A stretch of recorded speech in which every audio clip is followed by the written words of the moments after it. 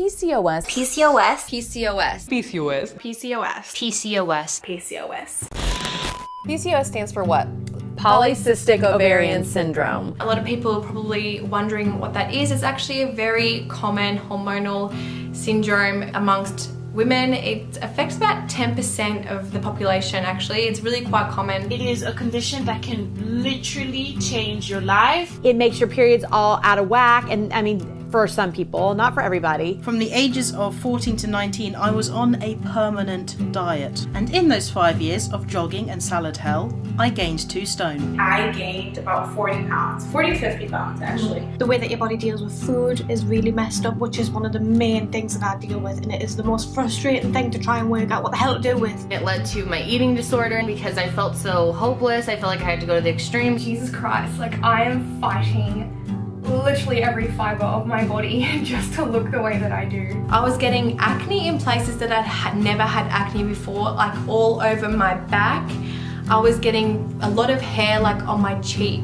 It's just kind of like for a period destroyed my self-esteem, destroyed it. It really started affecting me and my social life and just my relationships with almost everyone around me. As someone that didn't know what was going on with their body and not understanding why this was happening, it was scary. I just didn't feel like myself anymore. So I went back to my gynecologist and told him about the whole issue. He right away diagnosed me with polycystic ovarian syndrome, and he told me that there is no cure for this, and the only thing I can do is to keep taking the pill for the rest of my life until I want to get pregnant, and then I will probably have a problem getting pregnant, and that I will have to do all kinds of hormonal treatments for that. I came away from that doctor's appointment, I saw my mum, and I burst into tears. For someone who knows they want children, that's the kind of thing that scares the hell out of you, and I came away from it and I was like,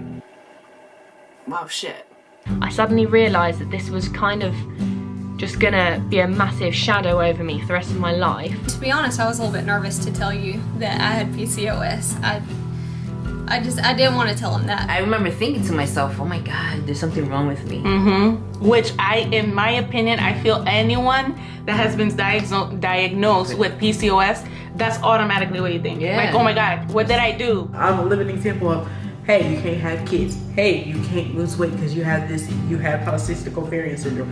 Hey, it's so much that you cannot do because of polycystic ovarian syndrome.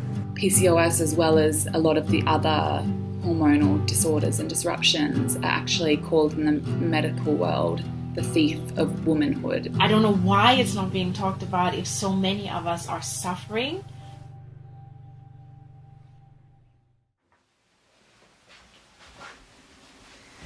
Welcome to Beyond the Cysts. I thought what better way to start this off than to let these amazing, brave women who have shared their stories, let them tell you what this is all about. Before I tell you more about the project, I want to tell you a bit about me. My name is Laila. I'm Egyptian, so that's why I have a little accent. I'm a passionate writer and aspiring filmmaker, so this project is very exciting for me in more than one way.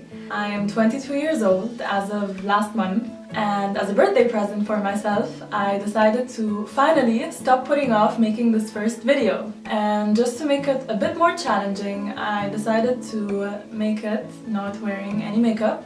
And I just hope that this sets a tone for the rest of this project. I want these videos to be informative and professional, but also authentic, vulnerable and raw. And I don't ever want to pretend like I'm somewhere I'm not. The reality of PCOS is that the healing journey is a very bumpy road.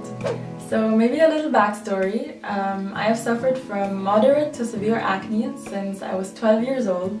And acne, in my case, is actually only one of many symptoms of my underlying condition, which is PCOS, in case you were wondering. As you've seen, it's quite the serious condition that affects women who have it in almost every single aspect of life. But although it's so common and so serious, so little people know about it. This might be the first time that you've ever heard of it.